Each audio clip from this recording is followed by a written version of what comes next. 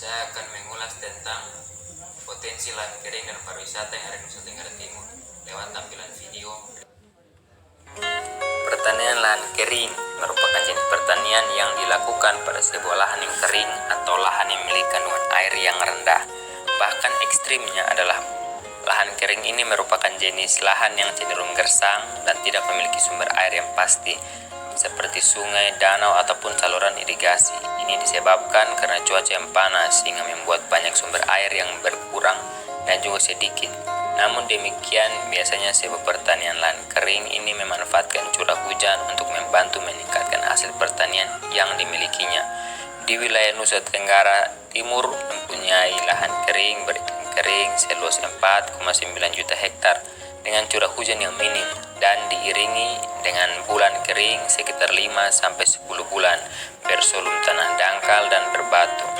Sebagian lahan tersebut sudah dimanfaatkan menjadi lahan pertanian, sebagai contohnya kacang tanah, yang menunjukkan bahwa pertanian konservasi dapat meningkatkan kesuburan tanah, retensi air, dan meningkatkan produksi tanaman jagung. Salah satu potensi bahan pangan di NTT yaitu kacang tanah. Di wilayah Sumba Timur, area lahan kering relatif luas. Menurut laporan Badan Pusat Statistik di tahun 2003, total lahan kering di Sumba Timur mencapai 670,5 ribu hektar.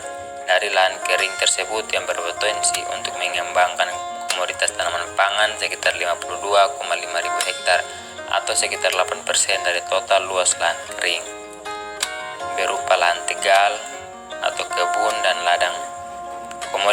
Komoditas tanaman pangan yang dapat dikembangkan meliputi padi, jagung, ubi kayu, pijalar, kacang tanah, kedelai, kacang hijau, dan sorghum.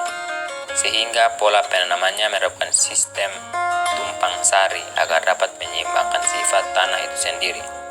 Usaha tani kacang tanah yang dilakukan petani di Kabupaten Sumba Timur, Provinsi Nusa Tenggara Timur, merupakan usaha cash crop yang diharapkan petani untuk memenuhi kebutuhan rumah tangga. Kontribusi pendapatan dari usaha tani kacang tanah berkisar 30% dari total pengeluaran rumah tangga dalam setahun. Beberapa permasalahan usaha tani yaitu benih bermutu rendah, penggunaan input produksi minimal sangat minim, penggunaan teknologi kurang, dan keterbatasan modal usaha tani. Di samping itu, terdapat potensi dan peluang dalam pengembangan kacang tanah dengan kesesuaian agroekologi untuk kacang tanah dan biomasa termanfaatkan untuk pangan, sehingga membantu produksi dan permintaan kacang tanah, serta dukungan pasar sangat diutamakan. Strategi yang diperlukan dalam jangka pendek adalah ekspansif, yaitu meningkatkan volume kapasitas hasil dengan penggunaan sumber daya yang intensif maupun perluas areal tanam. Sebagai lahan pertanian, sebuah lahan kering juga dimanfaatkan untuk keperluan lain, seperti pembangunan pemukiman penduduk, lokasi industri, dan juga perkantoran, pembangunan serta pariwisata yang mendukung kemajuan suatu daerah tertentu. Menurut Undang-Undang Nomor 10 Tahun 2009, pariwisata merupakan berbagai macam kegiatan wisata dan dukungan berbagai fasilitas serta layanan yang disediakan oleh masyarakat, pengusaha, pemerintah, dan pemerintah daerah. Menurut World Tourist Organization, wisatawan merupakan pengunjung yang sementara tinggal di negara tujuan yang dikunjungi. Sehingga menurut Salah Wahab di tahun 1992, pariwisata adalah salah satu industri gaya baru yang mampu menyediakan pertumbuhan ekonomi yang cepat dalam hal kesempatan kerja, pendapatan, taraf hidup, dan dalam mengaktifkan sektor produksi lain di dalam negara penerimaan wisatawan. Karakteristik pariwisata meliputi 1. Intangible atau tak wujud, yaitu orang tidak dapat melihat bentuk jasa pariwisata sebelum wisatawan merasakan seperti apa. Yang kedua, sulit diatur standar kualitasnya.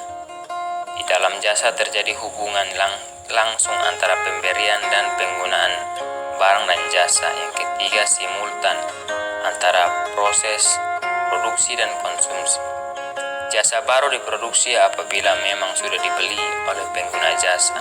Terjadi proses yang bersamaan antara produksi dan konsumsi. Yang keempat, tidak dapat dimiliki karena tidak terwujud, sehingga untuk mewujudkan jasa tersebut, wisatawan membeli cindera mata sebagai kenang-kenangan yang terkesan di daerah tersebut. Maka kebijakan yang dianjurkan dalam pengembangan pariwisata yaitu bagaimana membuat jasa tersebut menjadi terlihat atau terwujud sehingga mudah dievaluasi kualitas jasa. Peningkatan sumber daya manusia yang berkaitan dengan pariwisata perlu ditingkatkan kualitasnya. Maka pengembangan dan peningkatan kualitas pemberi jasa merupakan salah satu faktor bagi keberhasilan dalam memasarkan jasa pariwisata. Kesadaran harus ditumbuhkan dalam jiwa masyarakat mengenai pariwisata, yaitu sebagai tuan rumah yang baik melalui program layanan yang ramah. Pariwisata sendiri terdiri dari banyak subsektor seperti hotel, restoran, agen perjalanan, transportasi, pusat-pusat kegiatan wisata, pusat-pusat cindera mata, industri, kesehatan, perdagangan, dan juga pertanian. Sehingga keterkaitan antar pertanian dan pariwisata sangat erat dan saling menguntungkan bagi kedua sisi, seperti di Pulau Sumba, sebuah pulau di Provinsi Nusa Tenggara Timur, Indonesia yang luas wilayahnya 10.710 km persegi dan dari titik tertingginya di Gunung Wangameti, batasan dengan Sumbawa di sebelah barat laut, Flores di timur laut, dan Australia di selatan dan tenggara, yang menyimpan banyak potensi dan kearifan lokal, serta banyak destinasi wisata yang ingin dikunjungi banyak orang.